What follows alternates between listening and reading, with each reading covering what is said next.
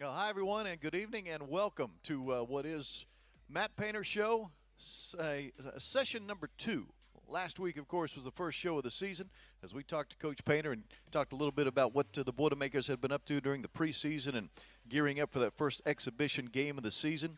Well, that exhibition has come and gone. Purdue beating Truman State at Mackey Arena last week by the final score of 102-57. And now we look ahead to the games that actually count on the ledger, and that is the real games, the regular season games. And it all starts tomorrow night when Purdue plays host to Milwaukee. That's at Mackey Arena, 6:30 for the tip time on Tuesday night, and then right back at it Friday night, 7 o'clock against Austin Peay. I am Rob Blackman. It's nice to have you with us tonight, and we are at walk-ons. Everyone needs a little playing time, so before a Purdue basketball game or any time throughout the week, stop by walk-ons in the Purdue Memorial Union, where it's always game day with a taste of Louisiana.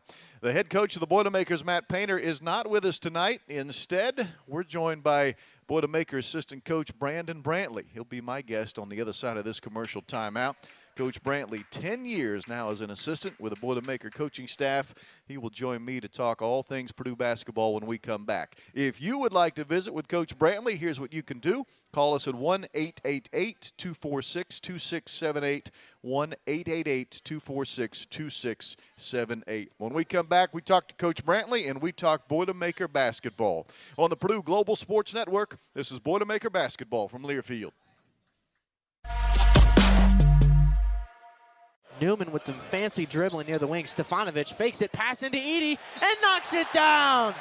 And there comes the impact from the 7-footer. I think that's one of the things that makes this team so dangerous. They can score in transition. They can pound it inside. They shoot the three over 40%. And look at the drop right there to Edey. Wasn't executed well. There he is. Wow. And the throwdown. They do that a lot, John. Here's a better view. Watch, Baycott is expecting a screen across, and he gets caught trying to get through it, and they just lob it up at the rim. Edey wide open, a two-handed stump. Great job by Edey. He knows how to use his body. Down 11 to Villanova, came back and won that game. How do they respond here in Brooklyn? Over the top, Edey, that's a good response. They love to run that play. He's having himself a day. They've been able to find him in pick and pop situations, and that's because Purdue's showing so much respect. Zach Edey, it's been a theme all day. Dribble when you get great post position, and Zach Edey throwing Raji Lyons right up that lane. No doubt about that.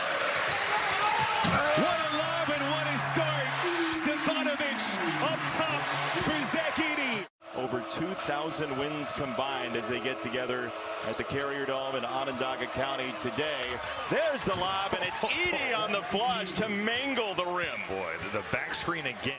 Rob Finney, much like the first game, impacting this one here today. Edey sizing up Durr, who armbars him. Edey got him deep and missed again. His second one is there! Second most in Purdue history. Boy, this is not a game if you're soft to play in. I mean, Edey going up with the left hand, gets his offensive rebound.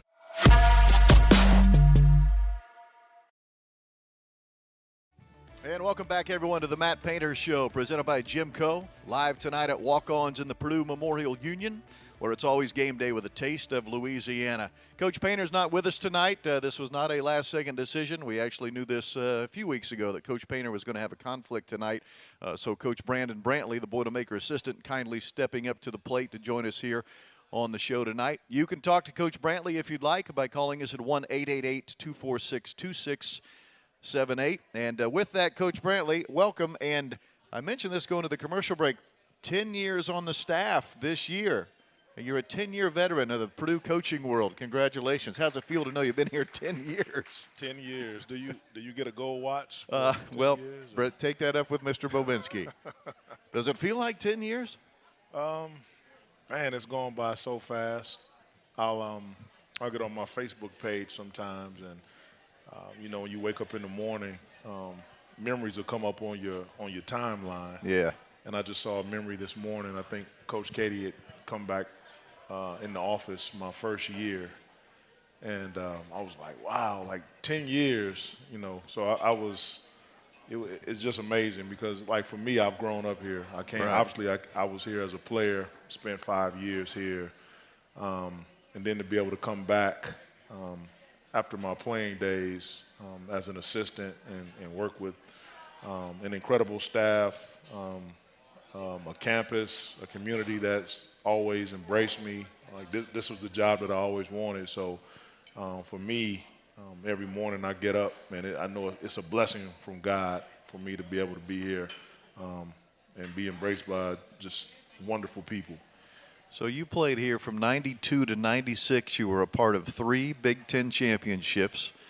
And as you said, you had the opportunity to come back and coach at your dream school, the place where you played. In these last 10 years, not only from an athletic department standpoint, but just from a campus standpoint, this isn't even the same place anymore, is it? Physically, when you look at it, the way this place has grown. I tell our guys all the time, I said, man, you guys are so fortunate because I remember, being a player here, and we stayed in the dorms. These guys don't stay in the dorms anymore. Right. So, on Sunday, they stopped serving dinner, I think, like 5 or 5:30. So you, absolutely had to be down there if you wanted to get something to eat. And now these guys are, they're in apartments and they got so many options. But that's what it's all about.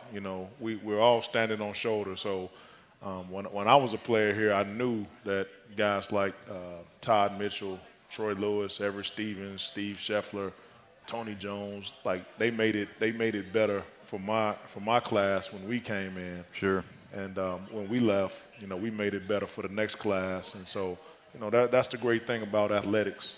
Sometimes you look back and it's not about what you didn't have. It's definitely about what you did have and what you created for the next man up. I do want to talk about this year's Purdue basketball team. That's obviously the topic of the show. It's supposed to be anyway every Monday night. But I have to ask this. I think I know the answer, but I'm still going to ask anyway, Coach Brantley. If NIL had been around during your playing career, your playing days, which member of the Purdue basketball roster would have made the most money? Who would have cashed in with the biggest paychecks as an NIL recipient? I think it would have been between me and Glenn Robinson. I was expecting one of those answers. You'll probably guess which one. I was going to go with Glenn, but sure, yeah, you were Glenn, I think. No, he was. I mean, he would have deserved every penny and more. He was must-see TV. He was that good. So yes, he was. I have no problem saying that. All right, so let's talk about this year's version of our Boilermakers. You as coaches, you had 2 opportunities to see the team in a competitive environment. You had the secret scrimmage against Cincinnati, which was a week ago Saturday. And then, of course, the one the exhibition game the fans were able to see at Mackey last week against Truman State. Early returns on this team, what you like and maybe some things from a coaching staff standpoint you're talking about we need to improve on. I love our chemistry. I think these guys really enjoy being around each other. And not saying that last year's team didn't, but there seems to be a little bit more chemistry, a little bit more camaraderie. Mm-hmm. And that's always encouraging as a coach. You want your guys to not only enjoy playing with each other, but enjoy being around each other. Yeah. And it's such a fun group. Every day there's a good energy in the building. You walk in the office, all the guys are always in the office. So, like for me, that's the thing that really sticks out. I think it's, on the court, I think we're more physical, and we're going to be a better defensive team this year. And that's been, look, Coach Painter, as you well know, you hear it every day probably. As fans, we hear whenever he speaks to the media or in a public setting, defense has to be better than it was last year, right? Plain and simple. Just has to get better. Purdue wants to take a next step. Absolutely. And I don't think we have to be the 86 Celtics or anything. But, right. You got to want to stop your man. You got to embrace all the coverages that we're going to be in, team defense. It's just a mindset. You just want to do it again and again and again. And I think, good teams, as you advance, you've got to have that. So early on, there was a heavy emphasis on being better defensively this summer. I think the guys bought in. So I'm encouraged by what I've seen early on. 1-888-246-2678 if you'd like to join us on the program, if you'd like to talk to Coach Brantley, any thoughts for him? It might be specifically related to, say, the big men, which, of course, is Coach Brantley's specialty. He coaches the big guys on our roster. If you'd like to join us, please give us a call. For now, we'll take a quick break. It is the Matt Painter Radio Show. Coach Brantley setting in for Coach Paint tonight. We are live tonight from Walk-Ons. It's presented by Jim Coe, and this is the Purdue Global Sports Network, and this is Boilermaker basketball from Learfield.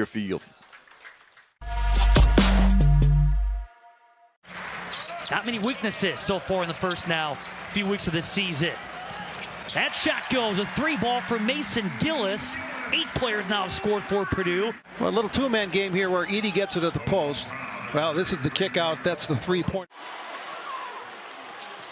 In the corner, Mulcahy sets his feet and is rejected by Gillis. What a closeout indeed.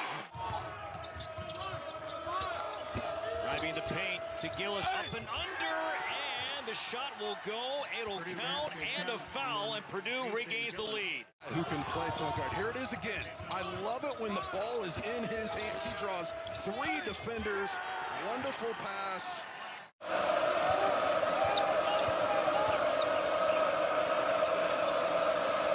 Eduardo Andre has it taken away.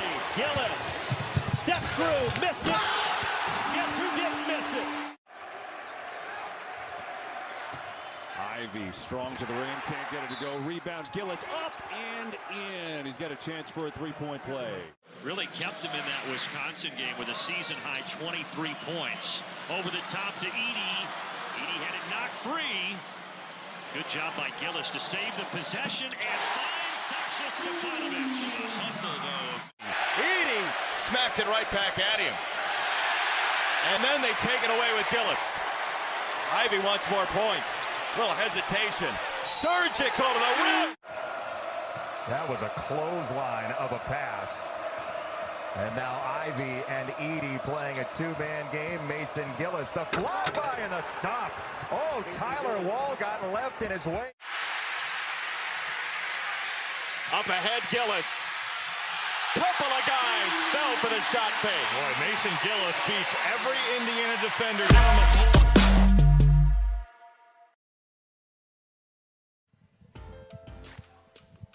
Tonight it's the Matt Painter Radio Show. Thanks for joining us, everyone. Live tonight from Walk-Ons in the Purdue Memorial Union. Walk-Ons are home for the Matt Painter Show all season long, and we thank you for that. We thank you for joining us. I should say we thank Walk-Ons for being our great host for us. They're also the host of the Katie Gearlds Radio Show when we talk Purdue women's hoops, and, of course, they've been the host all season long for the Jeff Brom Show as well as we talk Purdue football. Assistant Coach Brandon Brantley is joining us tonight, filling in for Coach Painter as we talk Boilermaker basketball. As I look back at that exhibition game, Coach, last week against Truman State, the final score is 102-57. I don't know how big of a deal the final score is in a game like that. You're probably, as a coaching staff, looking at a lot more things than just the final score, including the play of your team. But the one thing and we talked about this, Bob Riddell and I, extensively on the broadcast, especially towards the end, was the play from your bench offensively. If you just take the second group of 5 that came into that game, 56 points, 21 rebounds, 10 assists, and only 1 turnover. You're probably going to win a lot of games if your bench is giving you those kind of numbers consistently. We were talking after the game, and we were trying to see if we can get Truman State into the Big Ten. It'd be really good if we could do that every game. But no, those guys are very good group off the bench. I think the pair of bigs we have with Caleb First and Trey Kaufman, it's going to be good. Those guys really work well together. Yeah. Brandon Newman is a guy with a ton of experience, as well as David Jenkins. And the great thing I like about it is there's no selfishness. And you can throw Brian Waddell in that group too, man. Sure. He blended in well with those guys as well. But they just want to win. They came in and wanted to do their job. I thought we did a really good job as far as ball movement. Not turning the ball over. Right. I know last year we probably drove a bunch of people crazy last year with those turnovers. But yes, well, yes, I'll raise my hand to that. So it was another point of emphasis for us as far as taking care of that ball. But those guys did a great job, and that's what you want to use those exhibition games for. You want to see who's locked in, who's really listening to Coach Painter as he spoke in the offseason about things we wanted to get better as a team. Well, 28 assists and only 4 turnovers. I mean, that's an impressive number there against Truman State. Now, I would throw this caveat in there.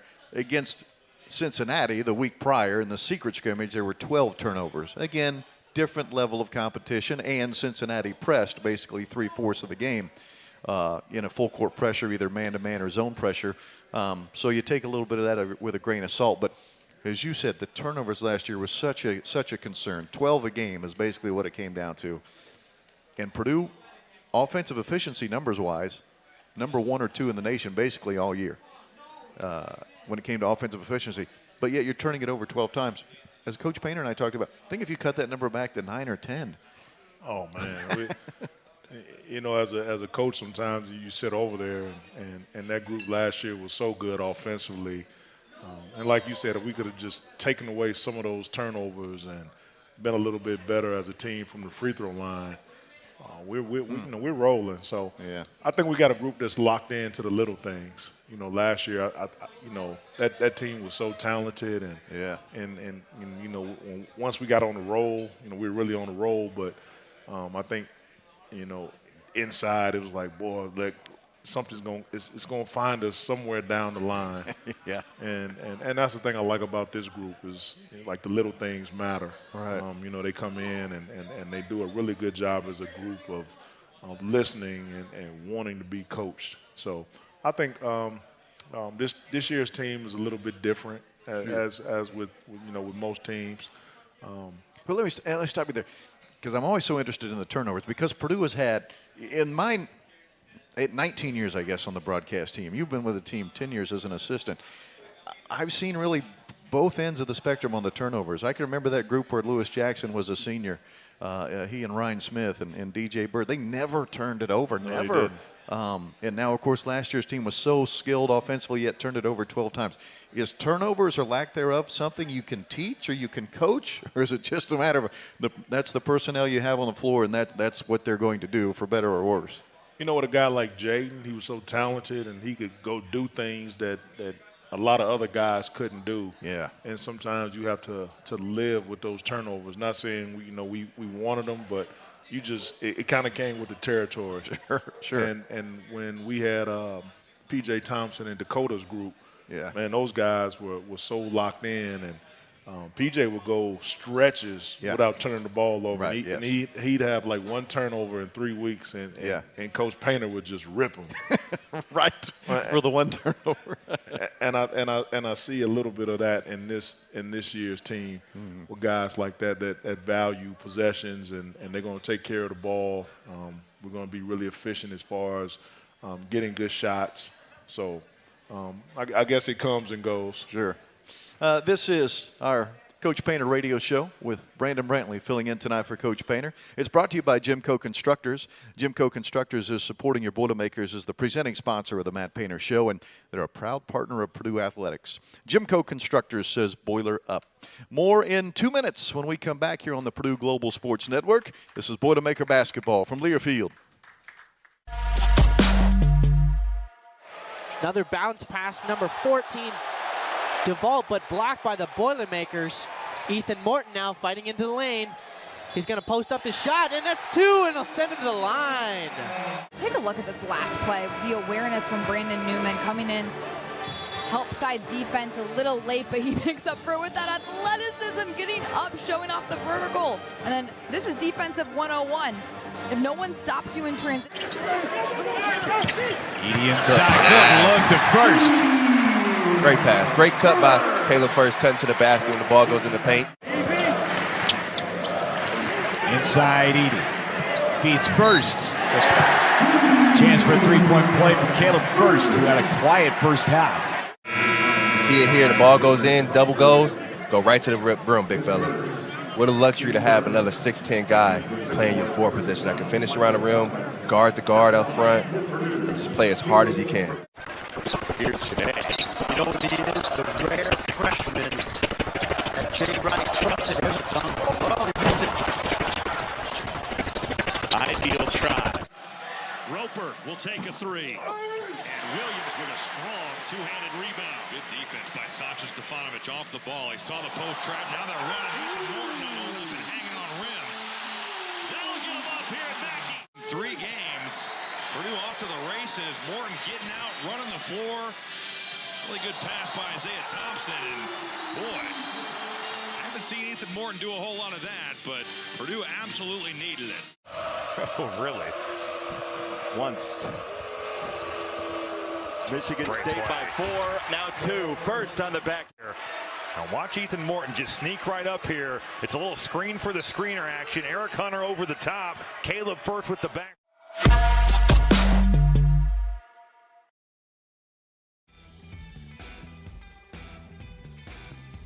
Welcome back to Walk-Ons, everyone. You know, everyone needs a little playing time, so before a Purdue basketball game or any time throughout the week, stop by Walk-Ons here in the Purdue Memorial Union, where it's always game day with a taste of Louisiana. Rob Blackman here with assistant coach Brandon Brantley. Coach Brantley filling in for Coach Painter tonight on the Matt Painter Radio Show. Quick reminder, the season officially starts tomorrow night. Purdue is hosting Milwaukee. The Panthers out of Milwaukee, who ironically enough are playing a game tonight. We'll talk more about that in a little bit. Milwaukee's actually playing their season opener tonight at home, and then they're going to play tomorrow night here in Mackey Arena.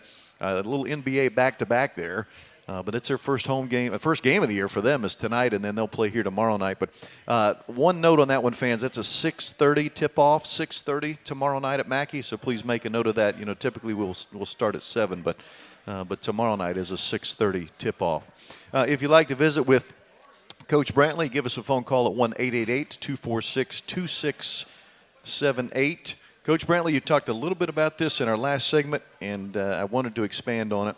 You talked about the guys playing off the bench in the low post position in Trey Kaufman-Renn and Caleb First. A very different look in the low post when they're in the game, as opposed, of course, to when Zach Edey is playing in that low post with Mason Gillis.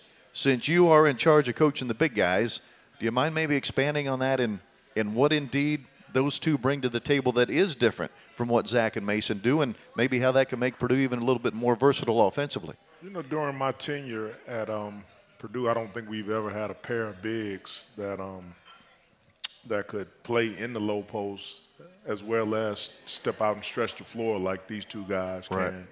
Right. Both of those guys can pass, they can shoot, they can handle to a certain extent. And they give us a different type of versatility on the defensive end as far as being able to switch out on guys. Right. You know, especially late clock. Something that we don't encourage early on in the possession. But if we get stuck, we know we can switch out with those guys. Normally, man, we've had really big guys like Zach Edey. Right. Isaac Haas was a big guy. Right. And those guys are so hard to deal with, and makes it really hard, especially when you surround those guys with skill. But the good thing is, like, both of those guys can fill in at the 5 if we decided to go small, meaning that they could play with Zach Edey as well. Sure. And so it's really good to have like those big 4s like that could post, step out. They can make the high-low pass. Right. It's something that we've done a bunch in the off season, early on with practices. So it's really good. They give us different looks. Both of those guys rebound. So you know, we take pride in having one of the best front lines in the country. So a point of emphasis for us this off season was not only being the best, but being the toughest. Yeah. You brought up a good point there, and I probably like 99% of the fan base. When I'm talking about those big guys, I'm always thinking about what they bring to the table offensively, right? But as you alluded to, defensively is maybe where you're even a little bit in better shape because of their versatility. Yeah, we've gotten in some pinches over the years with those big guys. Yes, we have. Especially in ball screen defense. Yes, we have. And when you see teams with guys of that size, automatically you want to pick on them and put them in the mix in the ball screen. Right. And so now, that allows us to play a little bit smaller and for us to not be as picked on as much. It's really hard for Zach. Coach says, man, this guy is carrying some cargo. and it's hard to move, you know, laterally when you're 300 pounds and 7 feet 4 inches. You know, and he really, you know, and the one thing I'll give Zach credit, he really works at it. Like, he wants to be one of those guys that can move his feet and doesn't want to be a liability on the defensive end. But sometimes there's nothing that he can do in that situation. Well, you have, in your 10 years here, you have coached some really, really good big guys. A lot of all-conference big guys. A couple of draft pick big guys. And you've kind of run the gamut in the different types of big guys, from a tall yet frail and agile Matt Harms to, you know, a big old anchor in Isaac Haas, who didn't move his feet very well. But have you ever, again, I know the answer, I'm going to ask anyway, you ever coached or even played against someone like a Zach Edey? To me, he is such a unique player, individual, center, just because of not only his girth and his size, but his skill level to score the ball with both hands. When I was playing overseas, I was in France, and George Murson came to our league in the second half. Right. And I don't think I've ever seen a guy he was 7'7". Right. So I mean, he was wide. Right. But he was, you know, he was slow. Ball screens hadn't come into the game like they are now, and so, you know, obviously you got a George Murson. It's, you know, you don't need to be John Wood and just, you know, let's wait on George to get down here, and and we're gonna wait for him to get set, and we're gonna throw the ball to him like we did against Truman State last week. Oh man, and it was crazy because I remember before the game just going through the scouting report, and George was shooting like 80% from the field. And it was crazy because I was actually playing the 4 that year, and our starting center got the George Murson flu, so I got stuck down there on him a bunch. That. You know, so I was just like, I don't know. You know, my coach is yelling. I'm like, I don't know what you want me to do. Right. Like, well, it's like what the Truman State guys were doing last week. They're yelling at their coach, "What do you want me to do with Zach Edey?" Yeah. When you give up that much size, like you just at that guy's mercy. You know. You're just hoping he misses. You know, maybe I can push him out and he doesn't catch the ball as deep. Yeah. You hoping and praying that whoever is supposed to be coming down on the double is there on time. But, you know, if you're stuck one-on-one, there's literally nothing you can do at times. And you've seen it, Coach. You've seen it even in just the 2 exhibition games this year. What most teams have chosen to do against Zach is just foul him. That has to be so frustrating for him. He literally is fouled on every single time he touches the ball. Yeah, and unfortunately, sometimes once we get into the season, when you have a guy that big, they just don't call everything. Yeah. And it's, you know, we're over there screaming, and it's just like, man, how long? Like, everybody would just, you know, foul out. You watched it in the Cincinnati game, like just how many bodies he went through. And it's crazy sometimes because you'll look at their roster and you'll get to we get to the game early, and those guys come out to warm up, and you're like, man, this is a big dude. And then Zach will walk out, and you're like, oh, he's really not that big at all. For our fans, by the way, that scrimmage game against Cincinnati, and both coaches agreed to this, by the way. No one fouled out of the game. So if you got 5 fouls, you got to keep playing. And I think, if I remember right, Coach, the 2 big guys for Cincinnati had 7 and 6 fouls apiece at the end of the day. Yeah, we were in the bonus in the second half. At the second media timeout. Yeah. Yeah. And so, you know, you can do what you want to do in these close scrimmages, and Coach Painter and Coach West decided to erase the fouls at that point because, you know, neither one of us would have gotten anything out of that scrimmage. Yeah. And that's what you want to use it for. You know, you agree to play somebody, and usually for us, we want to play somebody that we think is going to do something that's going to give us the most difficulty in the season. So for us, it's always going against somebody that presses. It's going to get up and make it really hard for us. And a lot of people want to play us because Purdue is a blue-collar program. They're tough. They're physical. Yep. Sometimes it's hard to go against size. So it was a good test for us. Jimco Constructors is supporting your Boilermakers as the presenting sponsor of the Matt Painter Show. They're a proud partner of Purdue Athletics. Jimco Constructors says boiler up. More with Coach Brantley when we come back. Again, the phone number 1-888-246-2678. It is the Matt Painter Show. It's presented by Jimco on the Purdue Global Sports Network. This is Boilermaker basketball from Learfield.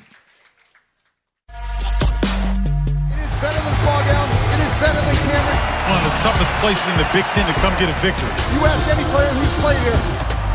Mackey is the loudest gym I've ever been in. Really, it's ridiculous. Like, you can't hear anything. Mackey Arena is literally the loudest place I've ever been in my life. Yeah, I'll take that to the grave. Mackey Arena is the hardest place to play. What can you say about this environment? The intro alone got me off my seat. This place could absolutely blow its top. This is the one venue where they have to have more of a read and react offense. This atmosphere is as good as there is in America. Maybe the best I've ever been in, rivals anything I've ever seen. And the paint crew on both sides enjoy what should be the best atmosphere you will see. Our Boilermakers have always been what unite us. To this hallowed field, we return each fall to be a part of something special. We've seen legends born and moments etched in time. Wide open! Touchdown Purdue! Seth Morales! Holy Toledo! Thomas steps away, Coleman fumble, and got it! Beasley rushes free for the Purdue touchdown! It's pandemonium, Coach! Open year! I hope we have a whole lot more of these. It's a great win for Purdue. For nearly a century, Ross-Ade Stadium has been the home of Purdue football. As we forge ahead, we have a rare opportunity to fortify the legacy of future generations of faithful Boilermakers. Together, we will guarantee the passion you have for the old gold and black will endure for years to come. Let the carnage and the chaos continue. How about them Boilers? Boiler up, friends. The time is now.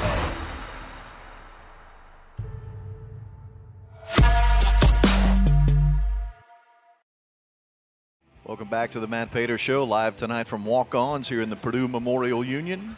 Purdue Global is Purdue's accredited and affordable online solution for working adults. Persistence pays off at Purdue Global. Assistant Coach Brandon Brantley is my guest tonight, joining us here on the radio program. Speaking of radio program, thanks to those who have a chance to watch us on the video side as well, live tonight on the Twitter feed.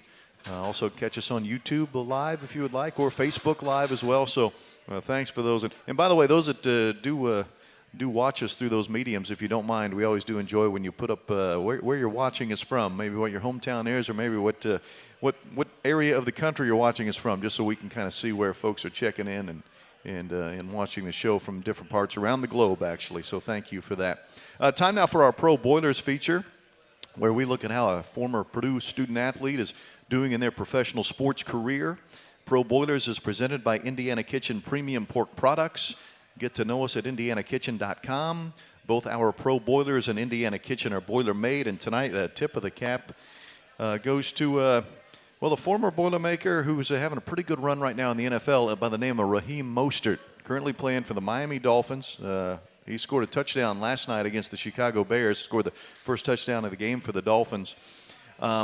I was looking at a couple of things regarding Raheem, and I think, if my math is correct, I know he had 26 rushing yards last night, and I think if my math is correct, that means he's now gone over 2,000 rushing yards for his career in the NFL. So good news for Raheem Mostert, who played here from 2012 to 2016. Having a really good run in the National Football League right now. So congrats to Raheem, and congrats on that touchdown. Sorry to bring, I know you're a Chicago Bears fan, Coach Brantley. I'm not trying to rub salt in the wound there, but I'd already had this decided before I found out you were going to be on the show. So no, it's a rebuilding year for us. So I was happy our quarterback continues to improve, but for us it's a rebuilding year. I do like your quarterback Justin Fields. I think that's a good one. Good pickup by you. He's got a chance. He's got a chance. Yes, he does. So congrats to Raheem Mostert there, our Pro Boiler for the day here on the Matt Painter Show. All right, so we fast forward to what is now, of course, the real games. It all starts tomorrow night, Coach Brantley, with Milwaukee, then Friday night with Austin Peay, both at home. I have to ask, because luckily I started my research on Milwaukee on Sunday. I'm glad I did, because I'm having a hard time finding anything on these guys, simply because they have a brand new head coach in Bart Lundy. They have 17 players on the roster. 13 are brand new to the program. They only have one starter returning from last year. they haven't played any exhibition games. At least they played a couple secret scrimmages, but no exhibition games. I mentioned that tonight's their first real game of the year. How have you put together a scouting report on these guys? Because there's so many new faces.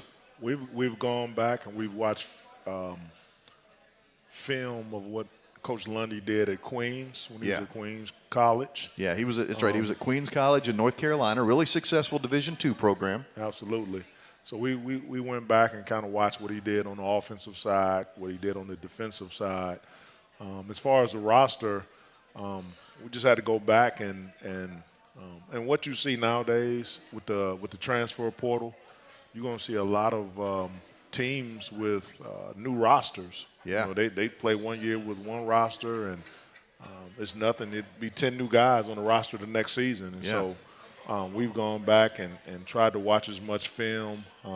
They've got a few guys that have come up from the junior college ranks. Now, more than a few, but yeah, they got a lot of them. They've got some guys that are transferred from some other universities, some high school guys. And so we've gone back and kind of watched those clips, accumulated statistics of where those guys have come from, and we kind of pieced it together. Yeah. So for us, we've been there before. Like I said, the portal has kind of changed the game. So our guys tomorrow, I think they'll be well equipped as far as understanding Milwaukee's personnel, and we've watched clips of what they've done in those close scrimmages as well. Oh, okay. So you do have some video access to those close scrimmages. Yes. Gotcha. Because they're playing at home tonight, which I know that sounds so crazy. They're going to play at home tonight in Milwaukee, then play here tomorrow night. But they're playing MSOE. I'm assuming that means Milwaukee School of Education. I don't know. Any of our listeners that want to help me? I've never even heard of that school. But that's who they're playing tonight at home. I don't even know if you could get video of that game, Coach. I don't know if it's on television. Yeah, it's actually Coach Lusk is in the office right now watching the live stream. Oh, okay. So it is at least on video. Yeah, okay. he rushed up after practice and wanted to watch it. So once I leave here, I'll go and I know Nick Taruso will have it all clipped up, and I'm going to watch it tonight. So. There you go, folks. Life of a college basketball coach. Getting games off the stream the night before you have to play the team to help put the scouting report together. Another segment coming up with Coach Brantley when we return here, the Matt Painter Show on the Purdue Global Sports Network. This is Boilermaker Basketball from Learfield. Newman with the fancy dribbling near the wing. Stefanovic fakes it, pass into Edey, and knocks it down. And there comes the impact from the 7-footer. I think that's one of the things that makes this team so dangerous. They can score in transition. They can pound it inside. They shoot the three over 40%. And look at the drop right there to Edey. Wasn't executed well. There he is. And the throwdown. They do that a lot, John. Here's a better view. Watch, Baycott is expecting a screen across, and he gets caught trying to get through it, and they just lob it up at the rim. Edey wide open, a two-handed stump. Great job by Edey. He knows how to use his body. Down 11 to Villanova, came back and won that game. How do they respond here in Brooklyn? Over the top, Edey, that's a good response. They love to run that play. He's having himself a day. They've been able to find him in pick and pop situations, and that's because Purdue's showing so much respect. Zach Edey, it's been a theme all day. Dribble when you get great post position, and Zach Edey throwing Raji Lyons right up that lane. No doubt about that. What a lob and what a start. Stefanovic up top for Zach Edey. Over 2,000 wins combined as they get together at the Carrier Dome in Onondaga County today. There's the lob, and it's Edey on the flush to mangle the rim. Boy, the back screen again. Rob Finney, much like the first game, impacting this one here today. Edey sizing up Durr, who armbars him. Edey got him deep and missed again. His second one is there! Second most in Purdue history. Boy, this is not a game if you're soft to play in. I mean, Edey going up with the left hand, gets his offensive rebound.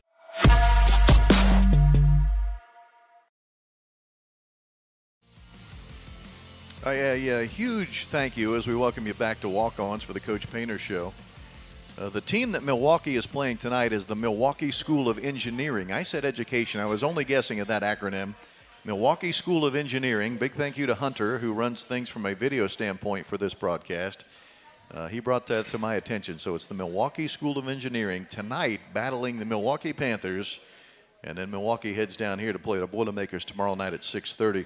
We're live at Walk-Ons in the Purdue Memorial Union. Walk-Ons where it's always game day with a taste of Louisiana. I'm Rob Blackman here with assistant coach Brandon Brantley. He's filling in for Coach Painter tonight. Of course, you'll catch Coach Painter here next Monday night with me from 6 to 7. One thing I did want to talk about, just a quick note on Milwaukee. They had an outstanding player on their team last year, a legit star in Patrick Baldwin Jr. He only played 11 games because of injury as a true freshman. He was a 5-star recruit. You say, well, why did he go to Milwaukee? Well, his dad was the head coach at the time.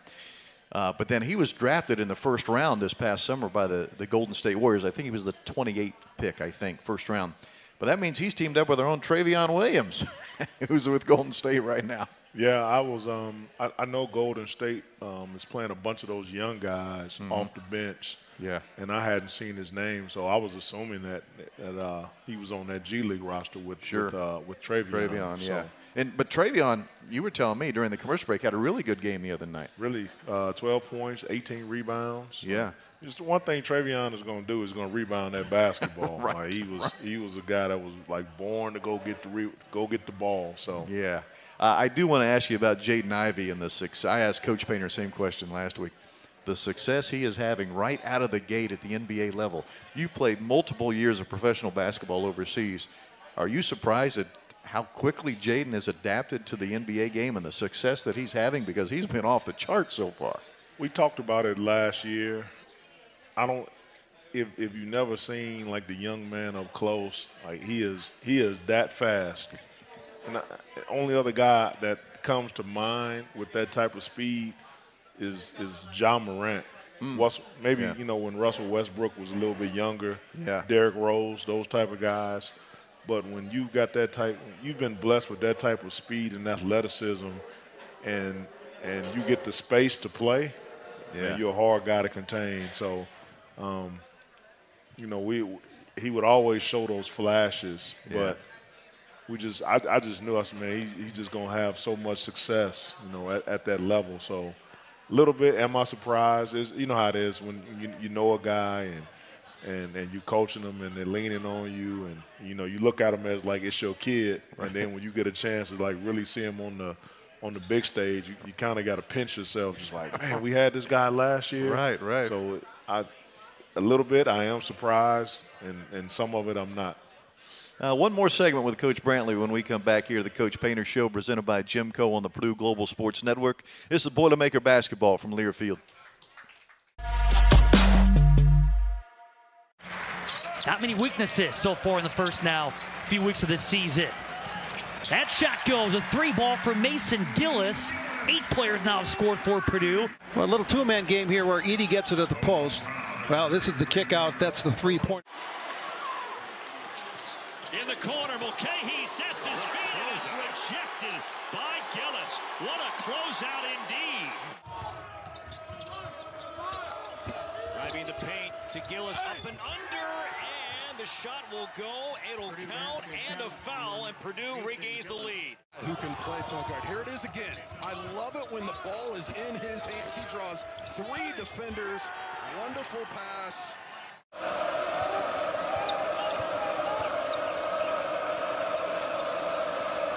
Eduardo Andre has it taken away. Gillis steps through, missed it. Guess who didn't miss it? Ivey strong to the rim, can't get it to go. Rebound, Gillis up and in. He's got a chance for a 3-point play. Really kept him in that Wisconsin game with a season-high 23 points. Over the top to Edey. Edey had it knocked free. Good job by Gillis to save the possession and find Sasha Stefanovic. Hustle, though. Edey smacked it right back at him.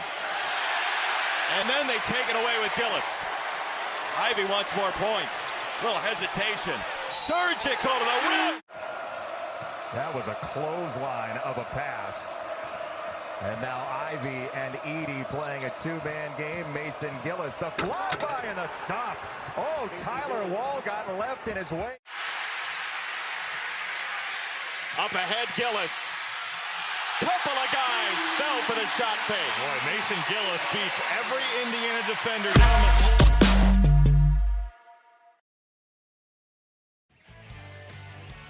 Welcome back, everyone, to the Matt Painter Radio Show. I'm Rob Blackman, your host, with assistant coach Brandon Brantley filling in tonight. By the way, a score update from Milwaukee. Milwaukee is leading the Milwaukee School of Engineering 50-27 at halftime. So it would appear that the Panthers will show up here 1-0 tomorrow night to face Purdue for the 6:30 tip-off against the Panthers. All right, Coach Brantley, before we cut you loose, tomorrow night as a coaching staff, and maybe even from a fan standpoint, what should we be looking for? What should be a few signs that when we see Purdue take the floor tomorrow night, if they're doing these things, that means Purdue's in a pretty good shape? What are you looking for? Coaches talk about a lot of things before the game on what we got to do on both sides of the ball. Always the most important thing is playing hard. Yeah. So, he gets on those guys. We can win a game, and if he feels like they didn't play as hard as they should have, we let those fans down. So those people play hard, they spend their hard-earned money to come and watch these guys play, and the least we could do is lay it on the line. So, playing hard. But it's no secret, I think we want to get the ball inside as much as possible. We got some really good weapons down low. But when we can't get the ball in, we want to get the best shot. We want to get rhythm threes. We want to get layups. We don't want to turn the ball over. We want to live on that free throw line, stay in the bonus. On the defensive end, we want to keep the ball out of the paint, get those guys into as many contested shots as possible. So I think if we can do those things, we'll have really good success tomorrow night. We anticipate those guys pressing us, so we've done a bunch of work as far as preparation on seeing different looks on the press, and so it's going to be especially important for those young guys to be able to come out and handle that pressure. No easy thing, especially when you're a young guy and you're playing on that stage in front of 14,000 plus people. But I think they got a taste of it against Truman State. But sometimes it takes a while. But I really like the mindset of those our backcourt. I know they're young, but man, they're tough guys. They're competitors. So I think they'll do just fine. Final segment of the Coach Painter Show, presented by Jimco. When we come back, it's the Purdue Global Sports Network, and this is Boilermaker basketball from Learfield. Another bounce pass, number 14, DeVault, but blocked by the Boilermakers. Ethan Morton now fighting into the lane. He's going to post up the shot, and that's two, and he'll send him to the line. Take a look at this last play. The awareness from Brandon Newman coming in. Help side defense a little late, but he picks up for it with that athleticism, getting up, showing off the vertical. And then this is defensive 101. If no one stops you in transition. Edey inside, good look to first. Great pass, great cut by Caleb First, cutting to the basket when the ball goes in the paint. Inside Edey, feeds First. Chance for a three-point play from Caleb First, who had a quiet first half.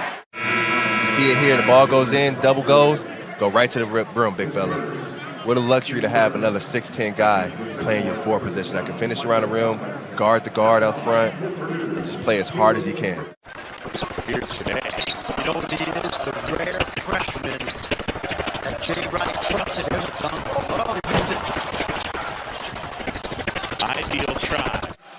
Roper will take a three. And Williams with a strong two-handed rebound. Good defense by Sasha Stefanovic off the ball. He saw the post trap. Now they're running. Ethan Morton all up and hanging on rims. That'll get him up here at Mackey. 3 games. Purdue off to the races. Morton getting out, running the floor. Really good pass by Isaiah Thompson. And boy, I haven't seen Ethan Morton do a whole lot of that, but Purdue absolutely needed it. Oh, really? Once. Michigan State by 4, now 2. First on the back. Now watch Ethan Morton just sneak right up here. It's a little screen for the screener action. Eric Hunter over the top. Caleb First with the back.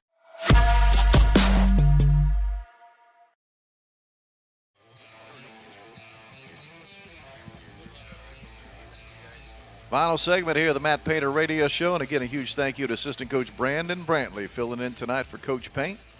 Coach Painter rejoins me next Monday night here, live from Walk-Ons for the Coach Painter Radio Show. Final segment here, a little bit of a nugget for you. You know, the one that my broadcast partner Bobby Riddell wanted me to use is the fact that Jeff Horner, the head coach at Truman State, we just played them last week. Bob actually apparently made a 3 against Jeff Horner back in the day when Jeff was guarding him at Mackey Arena. That's what Bob claims. But that's not the nugget. That's not the nugget. Here's the nugget. Purdue's only played Milwaukee one other time in the history of Boilermaker basketball. It was Coach Katie's final season. Final season for Coach Katie at Mackey Arena. Purdue lost 73-68. Couple of interesting notes about that game. Number one, it was played right in the middle of the Big Ten season. It was played on January the 26th. So back then, we were still playing the 16-game Big Ten season. So Purdue had played like 6 or 7 Big Ten games at that point, had lost every one of them. 0 in the Big Ten, unfortunately. And then for some reason, we decided to throw Milwaukee right in the middle of the Big Ten schedule, and Milwaukee beat Purdue as well that night. So it was a really tough stretch there for Coach Katie in that final season. But here's the real nugget about all of that. So Purdue loses to Milwaukee in a home game. Purdue's feeling just probably about as low as one could feel at that time. And 4 days later, just 4 days later, Purdue comes back and has the best win of the season for Coach Katie when we beat Michigan at Mackey Arena. Some may remember. And didn't just beat them, crushed them 84-55 in a game in which Michigan was heavily favored. And you can imagine coming off the loss to Milwaukee that Michigan would have been heavily favored. But Purdue crushed Michigan just 4 days later at Mackey, 84-55. Matt Kiefer was the star of that game, 21 points, 8 rebounds. So while we may have felt terrible back in January of 2005 when we lost that home game to Milwaukee, at least we made up for it just 4 days later when we put a whooping on Michigan, and that was Purdue's first Big Ten win of that season, the final season for Coach Katie. A couple of quick reminders. It's a busy week on the Purdue Radio Network, fans. Tomorrow night, Purdue basketball, 6:30 for the tip-off. 5:30 for the pregame show. Then Wednesday night, it's the Coach Jeff Brom radio show. Then Friday night, Purdue basketball again, 7 p.m. tip-off against Austin Peay. And then Saturday, Purdue football at Illinois with a 12 noon kick. Busy, busy week for the Boilermaker Radio Network. We thank you for joining us on this Monday night. For Brandon Brantley, I'm Rob Blackman. For Jacob Smith and Wes Scott, and for all of our crew here, Hunter and the group, thanks for joining us. Have a great week, everyone.